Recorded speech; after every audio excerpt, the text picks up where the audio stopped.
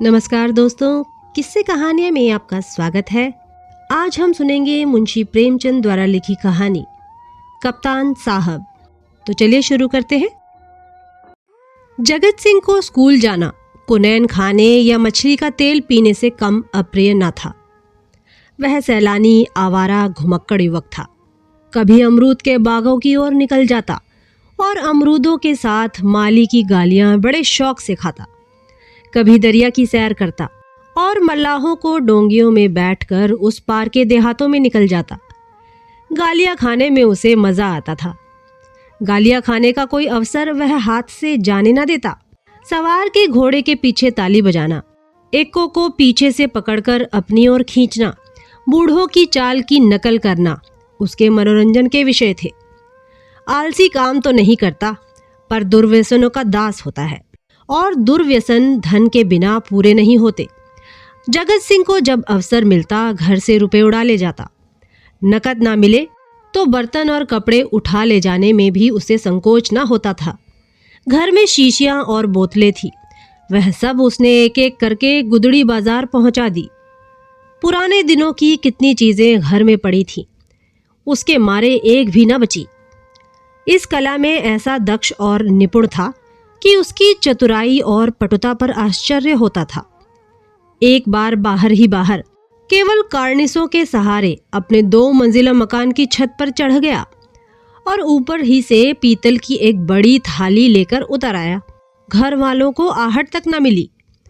उसके पिता ठाकुर भक्त सिंह अपने कस्बे के डाकखाने के मुंशी थे। अफसरों ने उन्हें शहर का डाकखाना बड़ी दौड़ धूप करने पर दिया था, किंतु भक्त सिंह जिन इरादों से यहाँ आए थे उनमें से एक भी पूरा ना हुआ।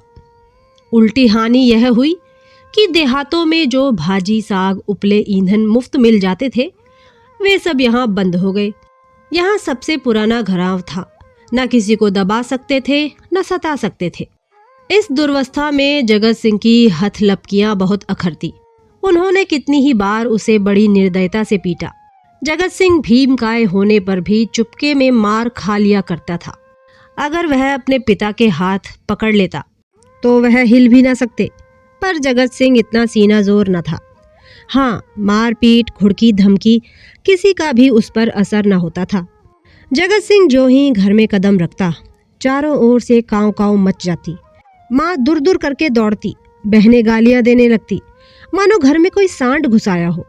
घर वाले उसकी सूरत से जलते थे। इन तिरस्कारों ने उसे निर्लज्ज बना दिया था।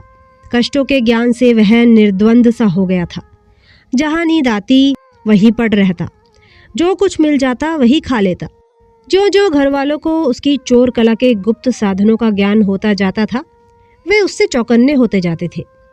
यहाँ तक कि एक बार पूरे महीने भर तक उसकी दाल न गली। चरस वाले के कई रुपए ऊपर चढ़ गए। गांजे वाले ने धुआंधार तकाजे करने शुरू कर दिए। हलवाई कड़वी बातें सुनाने लगता। बेचारे जगत को निकलना मुश्किल हो गया। रात दिन ताक झांक में रहता, पर घात न मिलती थी। आखिर एक दिन बिल्ली के भागो छींका फूटा। भक्त सिंह दोपहर को डाकखाने से चले, जो एक बीमा रजिस्ट्री जेब में डाली। कौन जाने कोई हरकारा या डाकिया शरारत कर जाए, किंतु घर आए तो लिफाफे को अचकन की जेब से निकालने की सुधि न रही। जगत सिंह तो ताक लगाए बैठा हुए ही था। पैसे के लोभ से जेब टटोली तो लिफाफा मिल गया। उस पर कई आने के टिकट लगे थे। वह कई बार टिकट चुराकर आधे दामों पर बेच चुका था। चट लिफाफा उड़ा दिया। यदि उसे मालूम होता कि उसमें नोट है तो कदाचित वह न छूता। लेकिन जब उसने लिफाफा फाड़ डाला और उसमें से नोट निकल पड़े तो वह बड़े संकट में पड़ गया। वह फटा हुआ लिफाफा गला फाड़कर उसके दुष्कृत्य को धिक्कारने लगा। उसकी दशा उस शिकारी की सी हो गई जो चिड़ियों का शिकार करने जाए और अनजाने में किसी आदमी पर निशाना मार दे। उसके मन में पश्चाताप था, लज्जा थी, दुख था, पर उसे भूल का दंड सहने की शक्ति न थी। उसने नोट लिफाफे में रख दिए और बाहर चला गया। गर्मी के दिन थे। दोपहर को सारा घर सो रहा था, पर जगत की आंखों में नींद न थी। आज उसकी बुरी तरह कुंदी होगी, इसमें संदेह न था। उसका घर पर रहना ठीक नहीं। 10-5 दिन के लिए उसे कहीं खिसक जाना चाहिए, तब तक लोगों का क्रोध शांत हो जाता। लेकिन कहीं दूर गए बिना काम न चलेगा। बस्ती में वह कई दिन तक अज्ञातवास नहीं कर सकता। कोई ना कोई ज़रूर ही उसका पता देगा और वह पकड़ लिया जाएगा। दूर जाने के लिए कुछ ना कुछ खर्च तो पास होना ही चाहिए। क्यों ना वह लिफाफे में से एक नोट निकाल ले। यह तो मालूम ही हो जाएगा कि उसी ने लिफाफा फाड़ा है। फिर एक नोट निकाल लेने में क्या हानि है।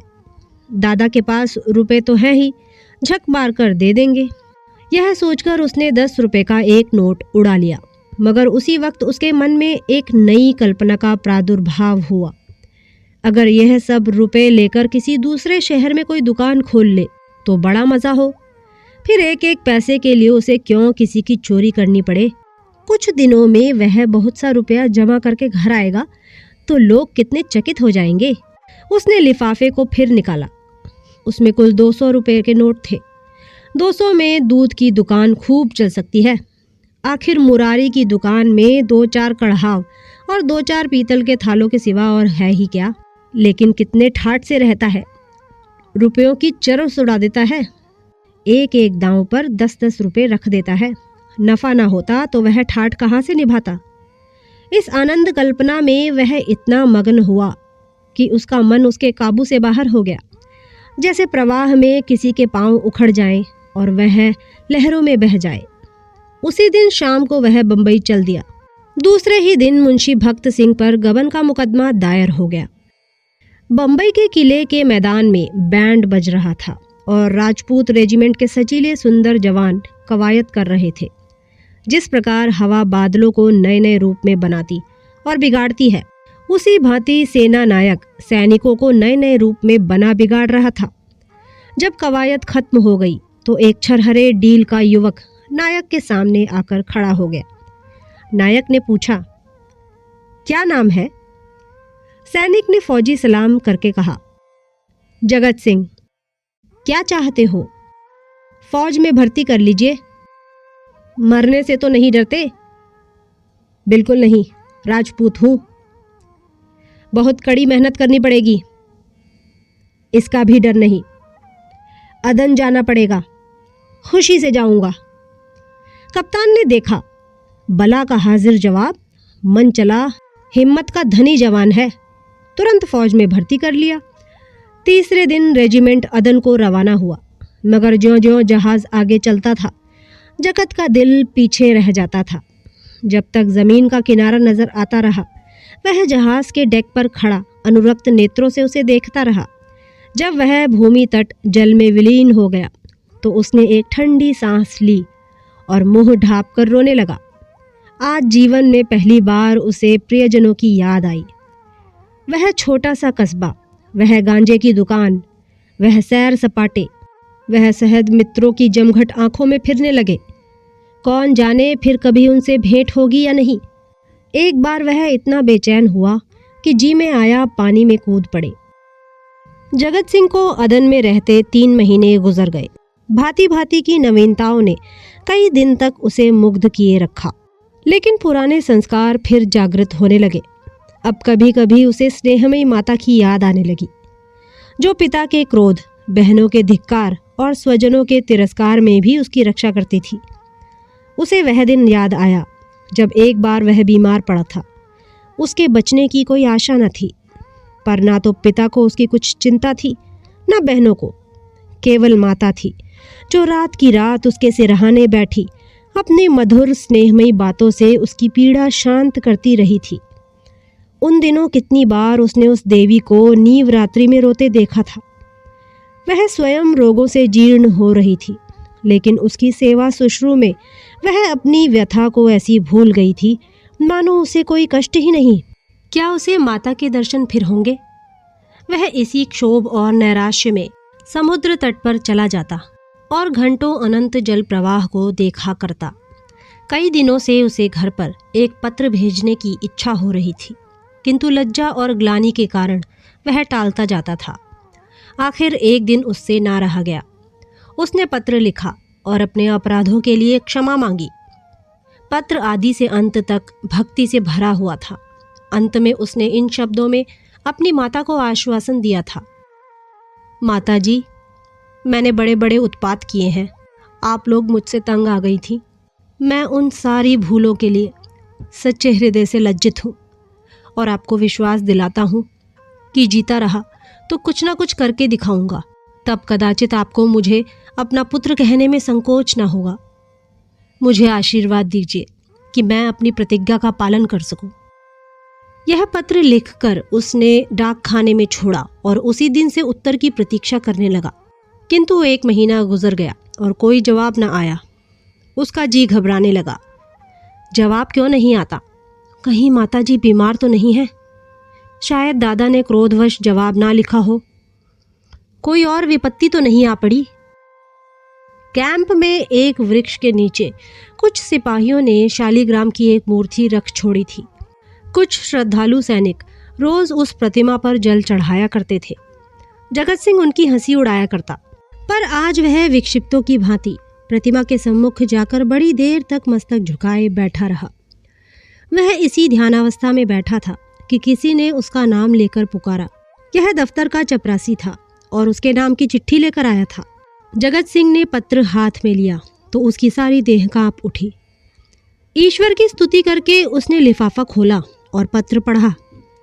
लिखा था, तुम्हारे दादा को गबन के अभियोग में 5 वर्ष की सजा हो गई। तुम्हारी माता इस शोक में मरणासन्न है। छुट्टी मिले तो घर चले आओ। जगत सिंह ने उसी वक्त कप्तान के पास जाकर कहा, हुजूर, मेरी माँ बीमार है, मुझे छुट्टी दे दीजिए। कप्तान ने कठोर आंखें दिखाकर कहा, अभी छुट्टी नहीं मिल सकती, तो मेरा इस्तीफा ले लीजिए। अभी इस्तीफा नहीं लिया जा सकता। मैं अब एक क्षण भी यहाँ नहीं रह सकता। रहना पड़ेगा। तुम लोगों को बहुत जल्द लाभ पर जाना पड़ेगा। लड़ाई छिड़ गई? आह, तब मैं घर नहीं जा पाऊंगा। हम लोग कब तक यहाँ से जाएंगे? बहुत जल्द, 2 ही 4 दिनों में। 4 वर्ष बीत गए। कैप्टन जगत सिंह का सा योद्धा उस रेजिमेंट में नहीं है। कठिन अवस्थाओं में उसका साहस और भी उत्तेजित हो जाता है। जिस मुहिम में सबकी हिम्मतें जवाब दे जाती हैं, उसे सर करना उसी का काम है। हल्ले और धावे में वह सदैव सबसे आगे रहता है। उसकी त्योरियों पर कभी मैल नहीं आता। उसके साथ ही वह इतना विनम्र और इतना गंभीर, इतना प्रसन्नचित्त है कि सारे अफसर और मातहत उसकी बड़ाई करते हैं। उसका पुनर्जीतन सा हो गया। उस पर अफसरों को इतना विश्वास है कि अब वे प्रत्येक विषय में उससे परामर्श करते हैं। जिससे पूछिए वही वीर जगत सिंह की विरुद्धावली सुना देगा। कैसे उसने जर्मनों की मैगजीन में आग लगाई, कैसे अपने कप्तान को मशीन गनों की मार से निकाला, कैसे अपने एक मातहत सिपाही को कंधे पर लेकर निकल आया। ऐसा जान पड़ता है उसे अपने प्राणों का मोह नहीं, मानो वह काल को खोजता फिरता हो। लेकिन नित्य रात्रि के समय जब जगत सिंह को अवकाश मिलता है, वह अपनी छोलदारी में अकेले बैठकर घर वालों की याद कर लिया करता है। 2-4 आंसू की बूंदें अवश्य गिरा देता है। वह प्रतिमास अपने वेतन का बड़ा भाग घर भेज देता है और ऐसा कोई सप्ताह नहीं जाता जबकि वह माता को पत्र न लिखता हो। सबसे बड़ी चिंता उसे अपने पिता की है, जो आज उसी के दुष्कर्मों के कारण कारावास की यातना झेल रहे हैं। हाय, वह कौन दिन होगा जबकि वह उनके चरणों पर सर रखकर अपना अपराध क्षमा कराएगा और वह उसके सिर पर हाथ रखकर आशीर्वाद देंगे। 4.25 वर्ष बीत गए। संध्या का समय है। नैनी जेल के द्वार पर भीड़ लगी हुई है। कितने ही कैदियों की मियाद पूरी हो गई है। उन्हें लिवा ले जाने के लिए उनके घर वाले आए हुए हैं, किंतु बूढ़ा भक्त सिंह अपनी अंधेरी कोठरी में सिर झुकाए उदास बैठा हुआ है। उसकी कमर झुककर कमान हो गई है। देह अस्थि पंजर मात्र रह गई है। ऐसा जान पड़ता है किसी चतुर शिल्पी ने एक अकाल पीड़ित मनुष्य की मूर्ति बनाकर रख दी है। उसकी भी मियाद पूरी हो गई है, लेकिन उसके घर से कोई नहीं आया। आए कौन? आने वाला था ही कौन? एक बूढ़े किंतु हृष्टपुष्ट कैदी ने आकर उसका कंधा हिलाया और बोला, कहो भगत, कोई घर से आया? भक्त सिंह ने कंपित कंठ स्वर से कहा, घर पर है ही कौन? घर तो चलोगे ही। मेरा घर कहाँ है? तो क्या यहीं पड़े रहोगे? अगर ये लोग निकाल ना देंगे तो यहीं पड़ा रहूंगा।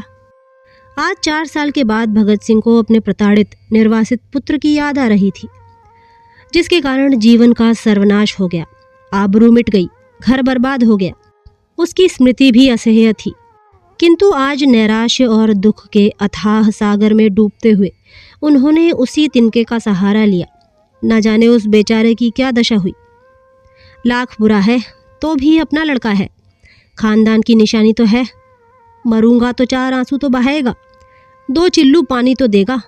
हाय, मैंने उसके साथ कभी प्रेम का व्यवहार नहीं किया। ज़रा भी शरारत करता तो यमदूत की भांति उसकी गर्दन पर सवार हो जाता। एक बार रसोई में बिना पैर धोए चले जाने के दंड में मैंने उसे उल्टा लटका दिया था। कितनी बार केवल जोर से बोलने पर मैंने उस पर तमाचे लगाए थे। पुत्र सा रत्न पाकर मैंने उसका आदर ना किया। उसी का दंड है। जहाँ प्रेम का बंधन शिथिल हो, वहाँ परिवार की रक्षा कैसे हो सकती है। सवेरा हुआ, आशा का सूर्य निकला। आज उसकी रश्मियाँ कितनी कोमल और मधुर थीं। वायु कितनी सुखद, आकाश कितना मनोहर, वृक्ष कितने हरे भरे, पक्षियों का कलरव कितना मीठा। सारी प्रकृति आशा के रंग में रंगी हुई थी। पर भक्त सिंह के लिए चारों ओर घोर अंधकार था। जेल का अफसर आया। कैदी एक पंक्ति में खड़े हुए। अफसर एक एक का नाम लेकर रिहाई का परवाना देने लगा। कैदियों के चेहरे आशा से प्रफुल्लित थे। जिसका नाम आता वह खुश खुश अफसर के पास जाता, परवाना लेता, झुककर सलाम करता और तब अपने विपत्ति काल के संगियों से गले मिलकर बाहर निकल जाता। उसके घरवाले दौड़कर उससे लिपट जाते। कोई पैसे लुटा रहा था, कहीं मिठाइयाँ बांटी जा रही थीं, कहीं जेल के कर्मचारियों को इनाम दिया जा रहा था। आज नर्क के पुतले विनम्रता के देवता बने हुए थे। अंत में भक्त सिंह का नाम आया। वह सिर झुकाए आहिस्ता आहिस्ता जेलर के पास गए और उदासीन भाव से परवाना लेकर जेल के द्वार की ओर चले, मानो सामने कोई समुद्र लहरें मार रहा है। द्वार से बाहर निकलकर वह जमीन पर बैठ गए। कहाँ जाए। सहसा उन्होंने एक सैनिक अफसर को घोड़े पर सवार जेल की ओर आते देखा। उसकी देह पर खाकी वर्दी थी, सिर पर कारचोबी साफा, अजीब शान से घोड़े पर बैठा हुआ था। उसके पीछे पीछे एक फिटन आ रही थी। जेल के सिपाहियों ने अफसर को देखते ही बंदूकें संभाली और लाइन में खड़े होकर सलाम किया। भक्त सिंह ने मन में कहा, एक भाग्यवान वह है जिसके लिए फिटन आ रही है, और एक अभागा मैं हूँ जिसका कहीं ठिकाना नहीं। फौजी अफसर ने इधर उधर देखा और घोड़े से उतरकर सीधे भक्त सिंह के सामने आकर खड़ा हो गया। भक्त सिंह ने उसे ध्यान से देखा और तब चौंक कर उठ खड़े हुए और बोले, अरे बेटा जगत सिंह। जगत सिंह रोता हुआ उनके पैरों पर गिर पड़ा। तो दोस्तों, ये थी मुंशी प्रेमचंद द्वारा लिखी कहानी कप्तान साहब। अगली बार फिर किसी नई कहानी के साथ आपसे मुलाकात होगी। तब तक के लिए नमस्कार।